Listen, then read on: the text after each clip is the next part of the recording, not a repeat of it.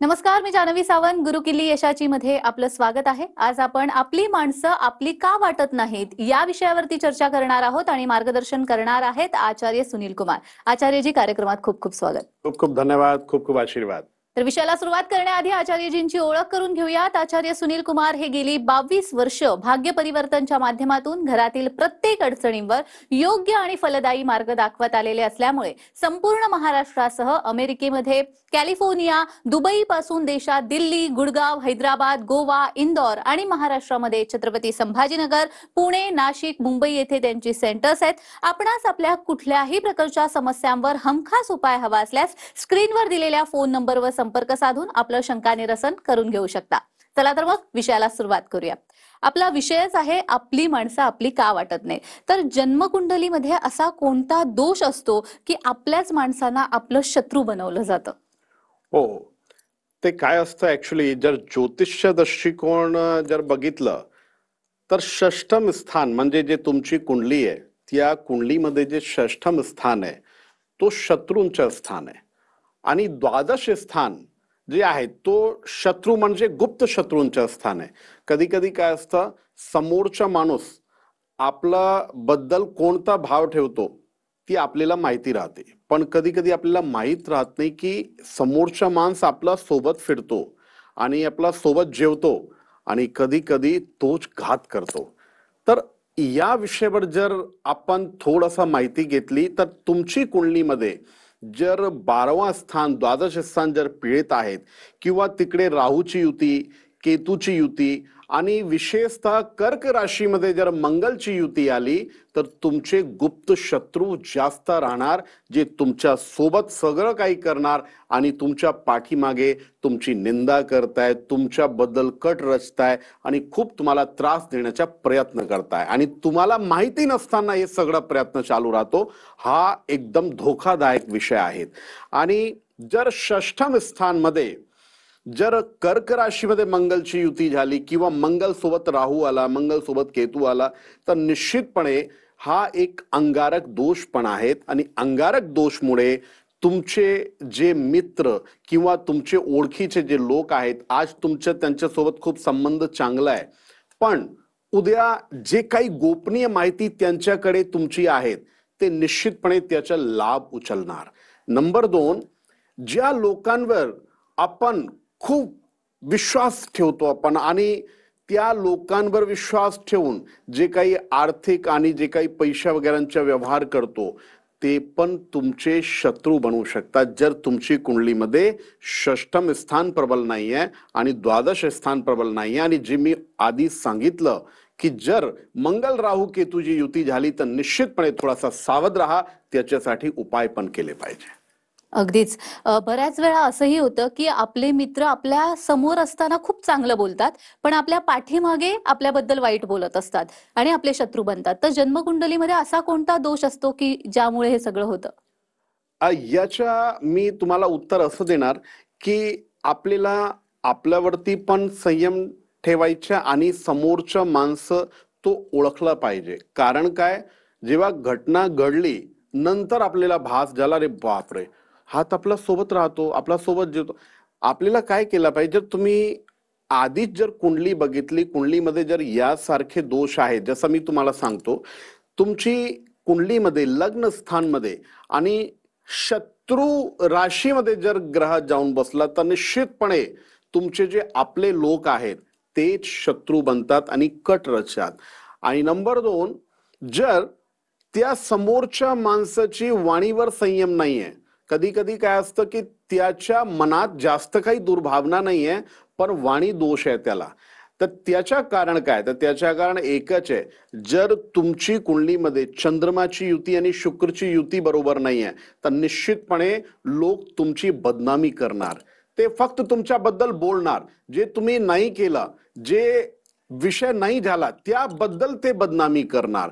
आणि तुमचे मित्र म्हणून, तर तुमचा मित्र जर कुणाला सांगतो बाबा तू असं करतो, तू तसा करतो, निश्चितपणे लोक विश्वास ठेवताय, कारण की लोक बघताय की तो माणूस तुमच्या सोबत फिरतोय, तुमच्या सोबत जेवतोय, तर लोक त्या विषयावर जास्त विचार करत नाही की हा खोटं बोलू शकतो. असं लोकांना वाटत नाही, कारण की तो तुमचा मित्र आहे. तर थोडासा आपल्याला हे काळजी घेतली पाहिजे की जर आपली कुंडलीमध्ये यासारखा योग आहे तर निश्चितपणे शत्रू तर तुम्ही बाजूला ठेवा, तुमचे मित्र तुमची बदनामी करताय, तुमचे मित्र तुमची निंदा करताय. आणि जे तुम्ही प्रश्न विचारला हा फक्त असा नाही आहे की बाहेर तुम्ही जिथं काम करताय ना तिथं पण ते तुमच्या सोबत आहे, पण तुम्ही गेले की तुमच्या पाठीमागे जस्ट जे तुमचे अपर बॉस आहेत त्यांच्याकडे जाऊन निंदा करताय, तुमची चुगली लावताय आणि तुम्हाला त्रास देताय. तर यासारखे लोकांकडून आपल्याला सावध राहायला पाहिजे. पण मी एकच सांगतो, आयुष्यात तुम्हाला जेवढा यश अपयश जे काही तुम्हाला भेटतो ना त्याच्या पाठीमागे तुम्ही स्वतः कारण असतात, तुमच्या भाग्य कारण असतात. आपण या विषयावर चर्चा करतो म्हणून की आपल्याला आपली कुंडली बद्दल आपलं ग्रहांच्या बद्दल आपल्याला माहिती पाहिजे. जर असे काही योग आहेत, काही असं दोष आहेत तर त्याचे समाधान करून घ्या. समाधान केल्यानंतर निश्चितपणे तुमचे शत्रू पण तुमची बदनामी करू शकत नाही. तुमचे शत्रू कधी कधी तुमचे मित्र बनून जातात. निश्चितच. खरं तर मला या विषयावर अजून प्रश्न विचारायचे आहेत, मात्र आपल्या प्रेक्षकांकडून देखील काही प्रश्न आलेले आहेत. मधुकर जाधव नाशिकहून आपल्याशी जोडले गेलेले आहेत. मधुकरजी, माझा आवाज येत असेल तर तुमचा प्रश्न विचारा. जन्म तारीख सांगा बेटा, जन्म तारीख. अंदाजे जन्मतारीख आता पूर्वी आई वडील कसे होते ना, अडाणी होते ना. अच्छा अच्छा अच्छा, ठीक आहे. एक काम करा, एक काम करा. 48 आहे व अंदाजे. ठीक आहे, एक काम करा. मी तुमच्या उत्तर प्रश्न कालच्या माध्यमातून मी तुम्हाला देणार. ठीक आहे, तुम्ही 1 ते 9 पर्यंत कोणताही एक अंक बोला. तुम्ही 1 ते 9 पर्यंत अंक बोलू? हो हो बोला. एकच अंक का? हा, एकच अंक बोलायचे. बोला. 7. ठीक आहे. आता प्रश्न काल लावला आणि त्यानुसार मी तुम्हाला एकच सांगतो की तुमची आज जे मनस्थिती आहे ना ते मनस्थिती खूप जास्त बिघडलेली आहे. आणि तुम्हाला खूप म्हणजे जसा माणसं घाबरतो ना त्याला संशय येतात, माणसं घाबरतो आणि मानसिक त्रास पण खूप जास्त होता. असं काही होतं का तुम्हाला? म्हणजे जास्त घाबरत काहीच नाही मी तसा, पण थोडं थोडं डोक्यामध्ये येत असते ना अशी काही गोष्ट घडल्यानंतर. हा, मग ते त्याचं म्हणजे असं वाटतं ना, कधी कधी येतच ना ते काय बॉय काय काय समजत नाही असं. नंबर 2 प्रश्न कालानुसार जिथं तुम्ही राहता ना तिथं वास्तु दोष पण दिसताय, म्हणजे तिकडे वास्तु दोष आहे. आणि जिथं तुम्ही राहता ना तिथं मन घाबरणं आणि कधी कधी असं वाटणं की बाबा जसं तुम्ही एकटे पडले आणि तुम्हाला तिथे म्हणजे जीव लावत नाही आपला, म्हणजे आवडत नाही तिकडे राहिलं, काही असं वाटतं का तुम्हाला? हा, म्हणजे आवडायचा प्रश्न आहे. वास्तु दोष ते अगदी बरोबर आहे, अगदी वास्तु दोष आहेच आहे. हो, पण ते आता कसं आहे, ते करायचं कसं, होईल कसं, हा प्रश्न राहतो ना. बरोबर. आता तुम्ही एक काम करा, मी तुम्हाला एक सामान्य उपाय सांगतो जे तुम्ही खूप म्हणजे करणं सोपं आहे, तुम्ही करू शकतात. नंबर 1, दर शनिवारी आणि मंगळवारी पौर्णिमा अमावस्या गौमूत्र शिंपळा घरी. ठीक आहे ना, पूर्ण घरात गौमूत्र शिंपळायचे आणि ते दूरवाणी जर शिंपळला ना तर जास्त बरं होईल. नंबर 2, दररोज संध्याकाळी जेव्हा दिवाबत्ती करताय ना आपण त्या काळात तुम्ही जे आपला गुगलची धूप किंवा गुगल ते भीमसेन कपूर सोबत तुम्ही पेटून घ्या. असं केलं ना तर निश्चितपणे घरात जे सामान्य वास्तु दोष आहेत ते सामान्य वास्तु दोष मध्ये तुम्हाला खूप जबरदस्त निवारण मिळणार आणि काही घाबरायच्या गरज नाही. एकदम शांतपणे तुम्ही राहू शकता तिकडे. ठीक आहे, खूप खूप आशीर्वाद. मला वाटतं मधुकरजींना त्यांच्या प्रश्नाचं उत्तर मिळालं असेच. असं तुम्हालाही जर काही प्रश्न असतील तर निश्चितच स्क्रीनवर दिलेल्या नंबरवर फोन करा. आचार्यजी, बऱ्याच वेळा असं होतं की आपण आपलं यश मिळवत जातो पण आपल्या नातेवाईकांना ते यश बघवत नसतं. बऱ्याच वेळा असं होतं की आपल्या विरुद्ध षडयंत्रही रचली जातात. असे कोणते ग्रह दोष आहेत की ज्यामुळे हे सगळं होतं? हो, याच्यामध्ये जर ग्रहांचे दोष बघितलं, जसं मी तुम्हाला सांगतो, जर कधी कधी काय असतं आपल्याला असं वाटतं की आपले वडील आपल्यावर रागवताय, ओरडताय, तर आपल्याला असं वाटतं ते एक शत्रू सारखा का बघता आम्हाला. तर याचा अर्थ असा आहे तुमची कुंडलीमध्ये सूर्याची स्थिती एकदम ठीक नाहीये. कधी कधी जर आई रागवली ते सेम फिलिंग आपल्याला वाटतं, बाबा ते सगळ्यांशी खूप चांगला बोलती, माझ्यावर का रागती, म्हणजे चंद्र तुमच्या उपयुक्त नाही आहे. आणि कधी कधी जे तुम्ही आता प्रश्न विचारला नातेवाईकांबद्दल, तर जे आपला बुध ग्रह, तर निश्चितपणे जे तुमची आईच्या जे माहेरी म्हणजे जे तुमच्या ननिहाल पक्ष आहे तिकडून तुम्हाला यश मिळणार नाही. आणि जर गुरुच तो तुमच्या बरोबर नाही आहे तर ददिहाल पक्षमध्ये पण तुम्हाला एकदम यश मिळणार नाही. आणि कधी कधी तर काय असतं की जे आपला सख्खा भाऊ सख्खी बहीण त्यांच्या सोबत पण आपला पटत नाही. त्याच्या कारण काय, त्याच्या पण तर काही ना काही कारण असेल. तर त्याच्या कारण एकच, जे मंगल तुमच्या जर उपयुक्त नाहीये, मंगल दोष जर तुम्हाला लागलेला आहे, तर निश्चितपणे जे तुमचे सख्खे भाऊ आणि सख्खी बहीण त्यांच्या सोबत पण तुम्हाला एकदम शत्रू सारखा तुम्हाला राहावा लागेल. तुम्ही कितीही प्रयत्न करा, जोपर्यंत तुम्ही उपाय करत नाही, जोपर्यंत त्या दोषी निवृत्ती होत नाही, तोपर्यंत तुम्ही कितीही जीव लावला या लोकांना, पण ते तुमच्यावर 100% पलटणार. तर म्हणून तुम्हाला कुंडलीमध्ये जे काही दोष आणि जे ग्रहांची जे दुर्व्यवस्था झालेली आहे त्याच्यावर समाधान करून मग तुम्ही जर पुढे तुमचे जे संबंध जर तुम्ही जपले, निश्चितपणे तुम्हाला त्याच्यामध्ये यश मिळणार. पण याच्यावर काही ज्योतिषशास्त्रामध्ये सुद्धा समाधान आहे का? हो, निश्चितपणे आहेत. आता बघा, जर घरात तुम्हाला वडिलांचं सुख नाहीये, तुम्ही सूर्य उपासना करा आणि दररोज सूर्यदेवाला कमी ते कमी तुम्ही अर्घ द्या. जर तुमची आई सोबत पटत नाही, म्हणजे तुम्ही दोन्ही जर एकमेकाशी समोर आले की लगेच भांडणं सुरू, तर त्या काळात त्या स्थितीमध्ये तुम्ही चंद्र उपासना फक्त दर महिना तुम्ही एक वेळ पौर्णिमाच्या रात्री तुम्ही जर चंद्रदेवाला अर्घ दिला तर निश्चितपणे तुम्हाला आईचं सुख भेटणार. आणि कधी कधी काय असतं की आपले सख्खे भाऊ सख्खी बहीण जे मी तुम्हाला सांगितलं, तर काही ना काही प्रॉपर्टीमुळे किंवा दुसरे काही कारण असतात की वाद सुरू होऊन जातात.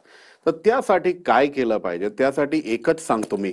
एक खैर नावाची वनस्पती आहे, त्याच्यामध्ये मंगलचा वास असतो. तुम्ही खैर वनस्पती लावा आणि त्याची सेवा करा. आणि दर मंगळवारी, सेवा म्हणजे काय, तुम्ही रोज ते पाणी वगैरे त्याच्यामध्ये द्या आणि दर मंगळवारी ते तुपाच्या दिवा लावायच्या तिकडे, म्हणजे त्या खैर वनस्पतीच्या खाली.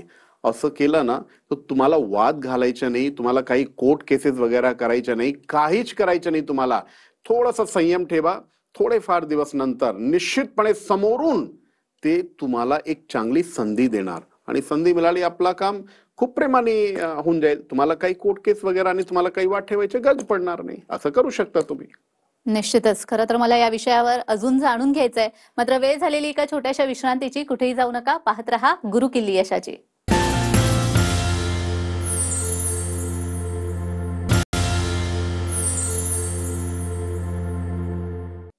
विश्रांतीनंतर सर्वांचं पुन्हा एकदा स्वागत आहे. आज आपण आपली माणसं आपली का वाटत नाहीत या विषयावर बोलतोय आणि आपल्याला मार्गदर्शन करतायत आचार्य सुनील कुमार. आचार्यजी, खरं तर या विषयावर आपण अजून बोलणार आहोत, मात्र आपल्या प्रेक्षकांचेही फोन यायला लागलेले आहेत. बापूसाहेब पाटील बेळगावहून आपल्याशी जोडले गेलेले आहेत. बापूसाहेब, माझा आवाज येत असेल तर तुमचा प्रश्न विचारा. हॅलो, बोला. हॅलो. हा बेटा, जन्मतारीख सांगा तुमची. 10 मे 1982. जन्मवेळ माहिती आहे?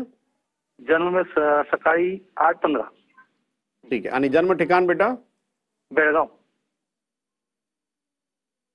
ते मला एक सांगा, तुम्ही ते तुमच्या जे कारोबार तुम्ही व्यवसाय करताय आणि व्यवसाय आपला म्हणजे जमीन संबंधित कारोबार आहे का आपला, म्हणजे रिअल एस्टेट वगैरे मध्ये? हा, जमीन रिअल एस्टेट मध्ये आहे मी. रिअल एस्टेट मध्ये करताय आणि बिल्डिंग वगैरे बांधताय तुम्ही की फक्त म्हणजे जमीन खरेदी विक्री करताय? खरेदी विक्री करतो आम्ही.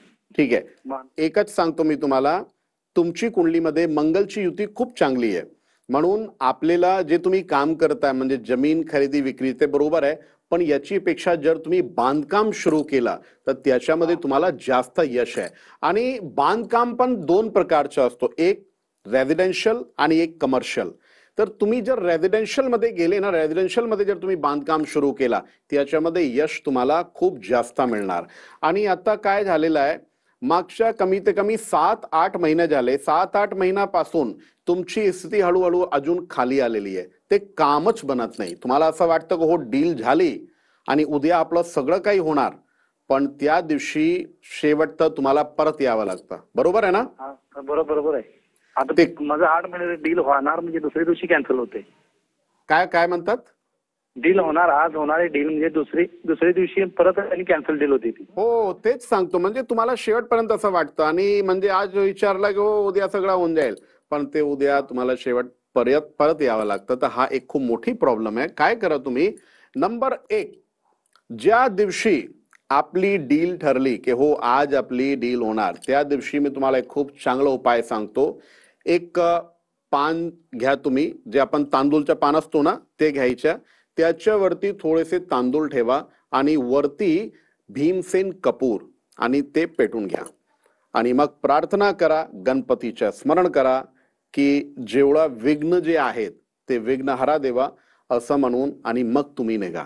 नंबर 2, ज्या दिवशी डील आहे ना आपली, कारण काय की तुमचे शेवटपर्यंत सगळं काम व्यवस्थित राहतो, ते एकदम शेवटचा टप्पा आला त्या काळात तुमचं काम होत नाही. तर तुम्हाला निघताना अजून एक काम करायचं, आपला तोंड उत्तर दिशेला करा आणि एक जे केसर असते ना केसर, तर हा स्थान आपला हस्त रेषामध्ये हा स्थान आहे ना मधलं, याच्यामध्ये हा स्थान मंगलचं आहे. तर तिथं तुम्हाला केसर हे करायचं आणि केसर लावायचं. हे 2 काम करून तुम्ही निघा, निश्चितपणे तुमचे काम थांबणार नाही. तुमचे काम खूप जबरदस्त व्यवस्थित पद्धतीने चालणार. आणि परत सांगतो मी तुम्हाला की थोडीशी चूक आपल्याकडनं पण आहेत की आपण फक्त खरेदी विक्रीमध्ये इंटरेस्ट घेतो. आता याच्या पुढे बांधकाम मध्ये इंटरेस्ट घ्या आणि मग बघा तुम्हाला कधीच थांबायची गरज पडणार नाही. खूप खूप आशीर्वाद. निश्चितच मला वाटतं बापूसाहेब यांना त्यांच्या प्रश्नाचं उत्तर मिळालंय. तुम्हालाही जर काही असेच प्रश्न असतील तर स्क्रीनवर दिलेल्या नंबरवर निश्चितच फोन करा. आचार्यजी, मगाशी जसं तुम्ही म्हणालात की भाऊ बहीण कधी कधी आपले वैरी होतात ग्रहदोषामुळे, तसंच सपोज एखाद्या महिलेचं लग्न होऊन ती दुसऱ्या घरात गेलेली आहे, तर बऱ्याच वेळा असं होतं की तिथे काही ग्रहदोष निर्माण होतात आणि जे नवऱ्याचे भाऊ बहीण आहेत त्यांच्यामध्ये देखील वितुष्ट येतं किंवा ते वैऱ्यांसारखे वागतात. तर याच्या मागे काही ग्रहदोष आहेत का? या प्रश्नात उत्तर आहेत आपलं. जसं आपण आपले जे सख्खे भाऊ आणि सख्खी बहीण, त्यासाठी आपण काय करतो, आपली कुंडली बघतो आणि जे कुंडलीमध्ये जे काही दोष आहेत त्याचं समाधान आपण करतो. तसंच तुमच्या जर त्यांच्या भाऊ आणि त्यांची बहीण म्हणजे तुमची जे ननद वगैरे आहेत त्यांच्यासोबत जर पटत नाही, तर निश्चितपणे तुमची मिस्टरांची पत्रिका त्याच्यामध्ये जर दोष आहेत तर त्या दोषच्या निवारण करणं पण फार गरजेचं. आणि कधी कधी काय असतं, जे नवांश पत्रिका राहते ना, जे आपली D9 चार्ट म्हणजे नवांश पत्रिका, नवांश कुंडली, नवांश कुंडलीमध्ये पण यासारखे दोष राहिले तर दोष तुमची कुंडलीमध्ये राहणार आणि तुम्हाला समोरून तुम्हाला त्रास होणार आहे. म्हणजे ज्या लोकांना आपण खूप काही वर्षपूर्वी ओळखत नव्हते आणि नंतर आपला संबंध जोडला आणि खूप चांगल्या पद्धतीने खूप सगळं काही चालत होता, पण या घरात आलो की लगेच आपलं भांडणं सुरू त्यांच्यासोबत. तर त्याच्या कारण काय, त्याच्या कारण तेच सांगतो मी तुम्हाला. समोरच्या म्हणजे तुमची मिस्टरांची पत्रिकामध्ये दोष आणि दुसरं तुमची जे नवांश कुंडली नवांश पत्रिका, निश्चितपणे त्याच्यामध्ये दोष. आणि जर तुमच्या पराक्रम स्थान, तिसरं घर तुमचं जर बरोबर नाहीये, त्या पराक्रम स्थानमध्ये जर राहूची युती, राहू मंगलची युती, केतू मंगलची युती किंवा शनीची युती जर राहिली आणि शत्रू राशीमध्ये जर आहे, तर निश्चितपणे तुम्हाला या लोकांकडनं एकदम शत्रू भाव राहणार. तुम्ही कितीही संबंध जपा, काही फायदा नाहीये. जोपर्यंत उपाय करत नाही, जोपर्यंत या दोषांचं समाधान तुम्ही करत नाही, तोपर्यंत तुम्ही कितीही चांगला केला आणि तुम्ही स्वतः म्हणताय आम्ही कधी त्यांच्याबद्दल काही वाईट विचार सुद्धा करत नाही, कधी वाईट बोलत नाही, कधी वाईट चालत नाही, काहीच नाही, पण तरी ते शत्रू सारखा बघताय. तर कारण काय याच्या मागे? फक्त आपण बोललो हा समाधान नाहीये, त्याचं समाधान करणं फार गरजेचं आहे. निश्चितच. बऱ्याच वेळा असंही होतं की एखाद्या व्यक्तीवर आपण विश्वास टाकतो, त्याला बऱ्याच गोष्टीही सांगतो, पण असं होतं की कालांतराने तो आपला शत्रू बनतो, आपल्या मागून काहीतरी कारस्थाने करत असतो. तर अशा वेळेला असे कोणते ग्रहदोष असतात की ज्याच्यामुळे हे होतं? स्वतः तुम्ही कारणी मूल असतात. जर आपण एकदम व्यवस्थित प्रमाण जर बघितला, कारण काय, कधी कधी आपण कोणतंही काम सुरू करताना जास्त समोरच्या माणसाबद्दल आपण काही माहिती घेत नाही. ठीक आहे, समोरच्या माणसांनी जे काही सुरुवात केली, तुमच्या समोर काही त्यांनी प्रस्ताव पाठवला आणि तुम्ही लगेच तयार झाले आणि तुम्ही इन्व्हेस्टमेंट केली, त्याला पैसे दिले, हे सगळं झालं. पण मी तुम्हाला एक सांगतो, आपण लग्न करतोय ना, लग्न करताना आपण पत्रिका मिळवतो, आपण किती किती काय करतो. आणि आपण जेव्हा काही पार्टनरशिप मध्ये गेलो किंवा कुणावर विश्वास ठेवला, पैशांबद्दल विश्वास ठेवला, आर्थिक व्यवहार केला, तर आपण आपली ग्रहमैत्री का करत नाही हा एक प्रश्नचिन्ह आहे. आपली ग्रहमैत्री बघा की दोघांमध्ये का फ्युचरमध्ये म्हणजे आयुष्यात कधी असं भांडणं तर होणार नाही, हा समोरच्या माणसं विश्वास ठेवण्यासारखा आहेत की नाही. कधी कधी मित्र राशी आणि शत्रू राशी हे दोघांमध्ये तुम्हाला माहिती नक्की घ्यायच्या. जर तुमची राशी आणि समोरच्या माणसं त्याची राशी जर दोघांची राशी मित्रवत आहेत, तर निश्चितपणे तुमची मित्रता जबरदस्त राहणार. आणि जर तुमची रास आणि समोरच्या माणसाची रास, ज्याच्यासोबत तुम्ही व्यवहार करताय, ज्या माणसावर तुम्ही विश्वास ठेवताय, त्याची रास आणि तुमची रास जर शत्रुवत आहेत, तर निश्चितपणे तो माणूस तुम्हाला आयुष्यात धोका देणार, तुमचा विश्वासघात करणार. आणि इथपर्यंत विषय थांबणार नाही. याच्या पुढेही जे जे काही त्याच्याकडे माहिती आहे, कारण तुम्ही जेव्हा असा व्यवहार करताय, तुमची खूप काही गुप्त माहिती राहते त्याच्याकडे, तर निश्चितपणे तुमची बदनामी आणि खूप काही प्रॉब्लेम्स तुम्हाला होऊ शकते. तर कोणताही विश्वास ठेवायच्या आधी एकदा हे तुम्ही बघून घ्या की तुमच्या समोरच्या माणसं मित्रवत आहेत की शत्रुवत आहेत. त्या विषयावर जर आपल्याला माहिती मिळाली तर निश्चितपणे तुमच्या सोबत कधी धोका होणार नाही, कधी विश्वासघात होणार नाही. निश्चितच मला वाटतं बऱ्यापैकी आपल्याला या विषयासंदर्भात माहिती मिळालेली आहे आणि आपली माणसं नेमकी आपल्यापासून दूर का जातात याचा ग्रहदोषाशी सुद्धा संबंध असतो हे आज तुमच्यामुळे कळालं. तुम्ही ते आलात, खूप छान मार्गदर्शन केलं, त्यासाठी खूप खूप धन्यवाद. खूप खूप धन्यवाद आणि तुम्हाला आशीर्वाद. ओम श्रीरवर्चस्वम आयुष्यम आरोग्यम विदाक्षोमानं मह्यते धनम धान्यम पशुम बहुपुत्र पौत्र लाभम शत संवत्सरम दीर्घमायुः. खूप खूप आशीर्वाद. तर गुरुकिल्ली यशाची मध्ये आज आपण इथेच थांबतोय. पुन्हा भेटूया एका नवीन विषयासह. तुम्ही कुठेही जाऊ नका, पाहत रहा TV9 मराठी.